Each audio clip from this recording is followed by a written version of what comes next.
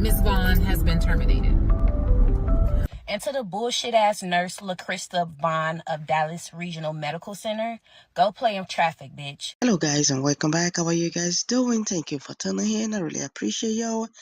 I bet y'all doing good. I found this on the internet and I would say this is crazy. A nurse was found. She neglected, actually, an African American lady that was in labor. Yes, you heard that right. It is shocking.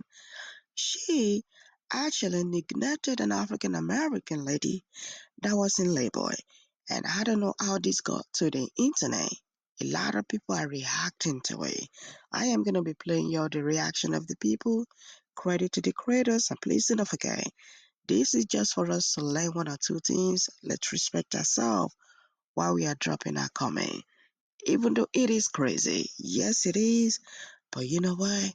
Let's jump right into it. What exactly did you catch when you were watching that viral video of a woman 12 minutes out from giving birth dealing with this redheaded nurse? Did it remind you of your mother-in-law? Did it remind you about being a fancy black person, maybe shopping for something, having an accent in the wrong place? Do you think you can spot when someone checks their social status against yours? Let's process it and the feeling of powerlessness and anger that you had watching that video together. So the now infamous Dallas Regional Medical Center, a young black woman has come in because she is about to give birth. She's actively in labor. The nurse knows this. The universal medical standard of care is that this woman would have been rushed to labor and delivery where she could be monitored. Whatever extra details that they needed to get could have been taken from the person who was accompanying her along the way. And this mother in particular had apparently already sent her information ahead. She had established care at this hospital. Here she is, wailing in pain, going nowhere as the nurse stalls. There was zero sense of urgency, and there was absolutely no patient assurance. The nurse keeps mother and baby in the intake room. Now, we could say nurses are used to pain. They've seen hundreds of births. They're not going to freak out, as one might say. But we're not talking about freaking out here. We're talking about someone who knows that the person in front of them has not lived through hundreds of births and who is in pain and in need of medical attention. The nurse is very aware that this woman is frightened and in pain and is about to do one of the hardest things any human being can ever do. And she shows, literally no exaggeration, you could go watch the video, zero empathy or concern or any reaction to the black lady's pain. And what this medical professional is aware of with every minute that she waits is that she's putting the mother and baby at risk of something being missed. She's keeping this woman from the chance to be monitored. She is slowing down and preventing the process for any pain relief or oversight to get in place. If there's an emergency happening, which she can't know in the intake room because, again, no one is monitoring her, these couple of seconds or minutes can be the difference between life or death for the mother and child. On top of the unnecessary delay, the lack of connection and concern being shown here is absolutely adding to the patient's stress, which is also stressing the baby that's about to be born. That stress on a person's nervous system has a weathering effect that can make them more likely to die. The family has reported back that the baby did have complications during and after the birth. The nurse failed to do her job, and she did it in the grand tradition of nurses using their position of power to status check people. This is one more link in the long chain of maternal health crises for Black and Indigenous women in America, not because of their class, not because of other comorbidities, not because of issues they've had with childbirth before, but because of medical negligence and racism. Lack of response is a form of weaponized negligence that looks at a Black woman and goes, she can take it, she's tough. We could also say we saw here malicious compliance, where somebody uses the cover of the process to delay having to service or care for you.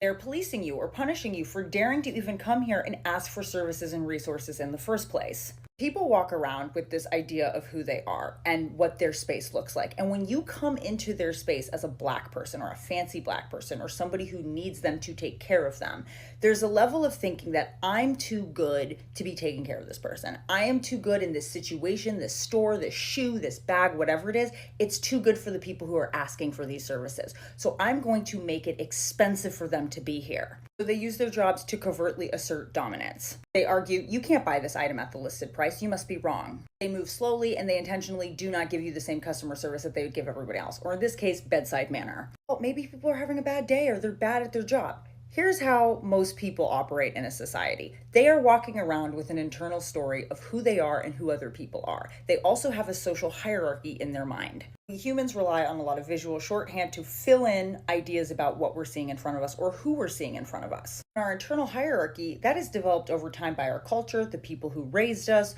the social circles we're in, or the media we consume. On here and report that the update to Miss Carrie Jones, the young lady who was in the emergency room in active labor, and the nurse LaCrista Vaughn, who was doing her triage and had her in that wheelchair in triage for 30 minutes while she was in active labor.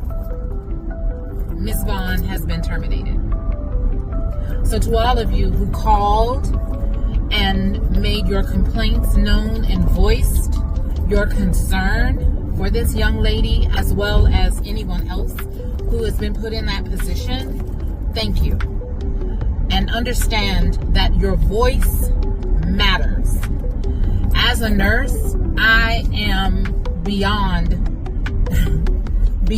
relieved to know that in this case, someone was listening. Someone heard what we were saying and they did something about it. As I shared with you before, there are lots of ramifications, when nurses do things and we do things illegally. Not only do we stand to be terminated from our jobs, we also stand a high chance of having to go before the board of nursing of our respective state and having a review before the board of nursing.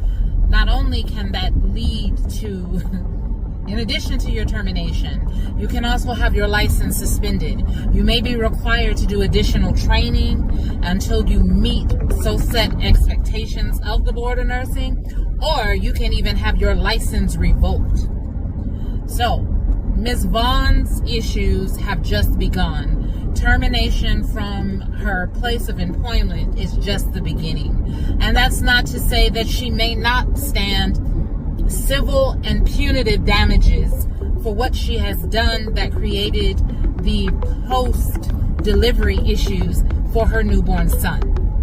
So there is so much to this case, not just that she was not tended to in the legal, ethical, and medical manner in which her case required, but also once she gave delivery to her son, there was additional medical duress and issues that have put her son at risk. So Ms. Vaughn faces a long road of inquiry, issue, and review. But to everyone who filed a complaint, who called and stated their concern, thank you. This is what we need in our community to change how healthcare is executed with everyone. There should not be a special rule or circumstances or conditions. Healthcare and medical attention should be issued straight across the board. So I'm so very glad that this case is being handled expeditiously, and I'll keep you updated as we learn more. As always, guys, protect your peace. And to the bullshit ass nurse LaCrista Vaughn of Dallas Regional Medical Center, go play in traffic, bitch. Because why would you have that black woman who was in active labor just sitting there all nonchalantly, not giving a care in the world? For the young lady's mother that was there with her, you should have knocked all that shit over on my mama, like, for your baby, because ain't no way, there's no way that woman should have been just sitting there in active labor, damn near giving birth in her shorts in the ER, in the waiting room. There is no absolute reason for that. And the lady, the nurse, I don't even want to call her a nurse, but the witch that, was I guess, putting her information in or whatever the case may be, you are going to have your day. It was absolutely inhumane and absolutely fucking wrong. You got into a profession just so you could feel superior and bigger than the fucking program. By now, everyone's seen the video of the patient coming in full labor at Dallas Regional Medical Center. I want to talk about that whole scenario for a second, but I don't want to talk about the patient. I want to talk about the nurse. And everyone is bashing her, and you're correct in doing that. But I think this all stemmed from leadership, and I'm going to tell you my opinion on why. That is obviously an emergency room. And that nurse that was there, the redhead that did all that, was a triage nurse. I always call triage the very first level of hell. It is the doorway into the emergency room. So before you even get back to see a doctor, you have to go through the triage nurse. Usually the triage nurse is the strongest, one of the strongest nurses in that department, because you have to assess that patient and you have to decide who is the sickest, who should get seen first and who can wait. So them putting her there, and obviously she's been there a lot because there was another video of her in the parking lot getting a patient that was having a seizure, which means she was probably the triage nurse then too, because people will call from the parking lot, help me get this patient out the car. So she probably was there a lot. Let me tell you why this stems from leadership. As a charge nurse, you never put a nurse in triage more than once or twice a week. It is mentally exhausting. Think about it. If you saw 60 patients your shift, you have to assess every patient. Not everybody is sick. People put on a show, people can pretend. You have to decide, you have to assess who should be seen first, and you actually have to believe everybody. And if you don't, you better damn well pretend that you do. So maybe she was there all the time. A lot of nurses would want triage because they don't actually want to take an assignment. So they would much rather just process people quickly. But that is so dangerous. That is so dangerous because you could miss something and somebody could potentially die. So in this situation, I can tell you she was burned out. She was burned out. She probably, they said, I saw somebody say that her and the director were close friends. So maybe she just always wanted to be assigned to triage. Let me tell you something. I did triage. They stuck me in there for like 2 years straight. I knew when I had my limit, and it was in less than a year. And I said, hey, I don't want to do this anymore, because I knew, I felt it coming. I just could not mentally deal with it anymore, because it's constant. You can't, especially if you're working more than 3 shifts a week. So I think this all stemmed from leadership. She should never have been in there. What she did was unforgivable. And I don't know the end result of it, but no matter what, a pregnant woman comes in screaming, I don't care how burned out or tired you are. She needs to go to labor and delivery. Why are you even asking questions? Do you want to deliver? Pretty much everything is going to change now in that hospital. I can guarantee you after this happened, especially social media, they've had a million meetings. The director's in trouble. Everybody's in trouble. They're going to do all types of root cause analysis on what caused this. And I hope for the hospital's sake and the sake of patients coming in there, they change things. That nurse was burned out a long time ago. She was tired. I don't know her home situation. Maybe she's working more than 3 shifts a week, but she should never have been in triage with that attitude. As a nurse, or if you're going into nursing, you have to know your limit. You have to know when you've had enough of a situation or people or the environment that you work in, because it's about patient safety. You can't work that hard for your license for them to take it, because they're going to take her license, because you know that's called a delay in care. And FYI, who fills out paperwork when you come into a hospital? Since when do they give paperwork to patients? They don't. They give you an iPad to sign. How could you, even if you didn't believe her and you thought it was drama, a pregnant woman is never drama. It's never drama. Somebody screaming on their 3rd pregnancy is not drama. And I always want to stand behind nurses and believe what they say. But honey, that was racism. And that is one card I don't usually play. But if I was on a jury, that was racism.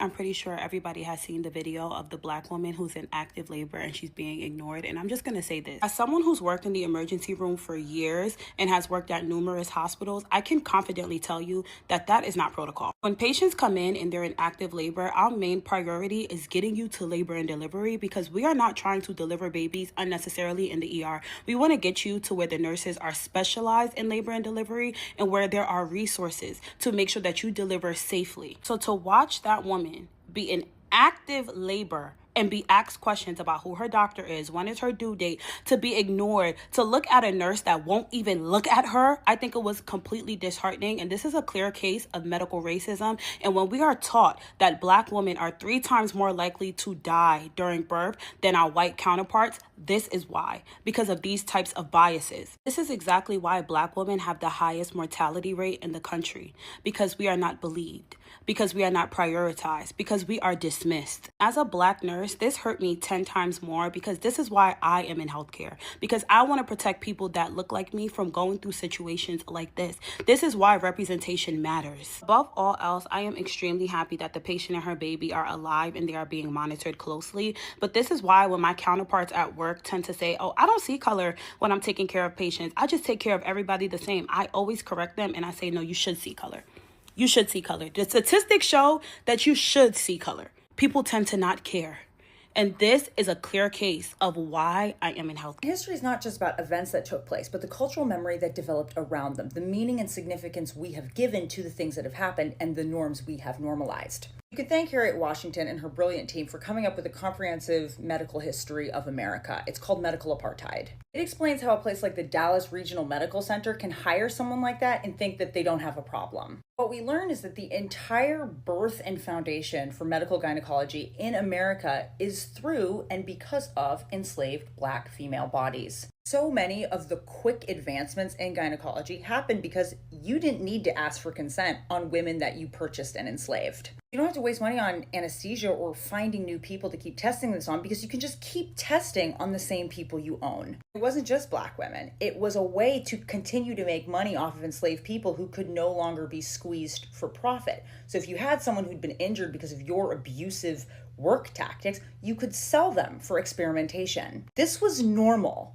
This is just like a really cruel, bad chapter in a tiny section of American medical history. No, it was its foundation. And it wasn't 4 years before the Civil War and just a couple years after. It was multiple generations. To this day, there are people and families that are bearing the scars of recent decades of medical experimentation and unethical access to Black bodies. People that were tricked. White bodies and white mothers were considered in class as people who felt more pain and were much more delicate. To this day, there are young medical students right now running around with myths and assumptions and biases about Black skin thickness and pain reception. There are a lot of assumptions about what makes a Black person sick. And then we're also dealing with a situation where it's considered bad or woke to look at the interlocking factors that could affect why someone is in the situation that they're in, like ecological racism or pollution. The wider American culture at the time excused and hid this, and currently continues to excuse and hide this. Why do you think certain things are getting defunded? This is why, with the same money, same healthcare, same hospital, a Black woman could walk into the same situation as a white woman and be 3 times more likely to die giving birth. It's not about genetics, it's about negligence. This slow-moving, dismissive care is procedural violence. Additionally, because enslavement was the economic power engine that could make the American economy the superpower it was, it depended on producing more enslaved people, which meant taking away, and never giving, I should say, reproductive freedom to Black women. To keep it profitable and to keep it cheap, you weren't necessarily worried about the maternal health conditions. You weren't necessarily looking over all of the labor and delivery. This is a huge part of why bodily autonomy is not the state's default position towards women or Black women. It's simply not profitable. So you have this huge group of people that's stewing in old ideas and new recycled ones about how it's Black and brown people who are lazy and taking their resources. It's immigrants who are the reason why there's a housing crisis. There's an infestation of certain kinds of people.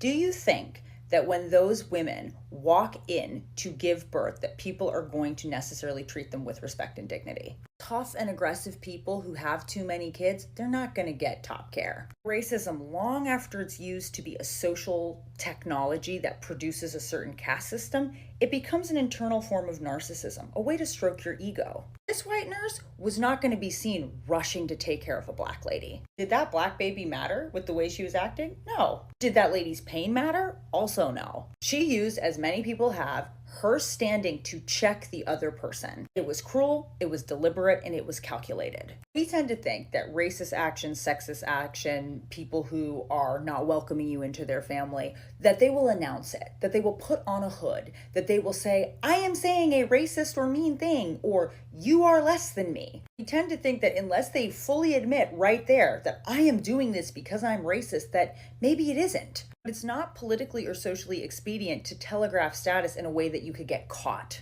Because the point of this kind of behavior is not to be heard saying it. It is to get a certain outcome, to make you feel a certain way. How do we push back? We articulate what is happening to us. Because like James Baldwin said, once we articulate the situation, we're no longer the victim. We're a threat to that system. We support each other with doulas, birth funds, and looking for ways to fund community scholarships. We do what this grandmother did, which is film and share. So the nurse was terminated. The nurse that, y'all saw the video, right? So this is the thing. That was step 1. Step 2, I see that a lot of people have already reported her license to the Texas Board of Nursing. The next thing, what I really want to talk about, how can we fix this on a systemic level?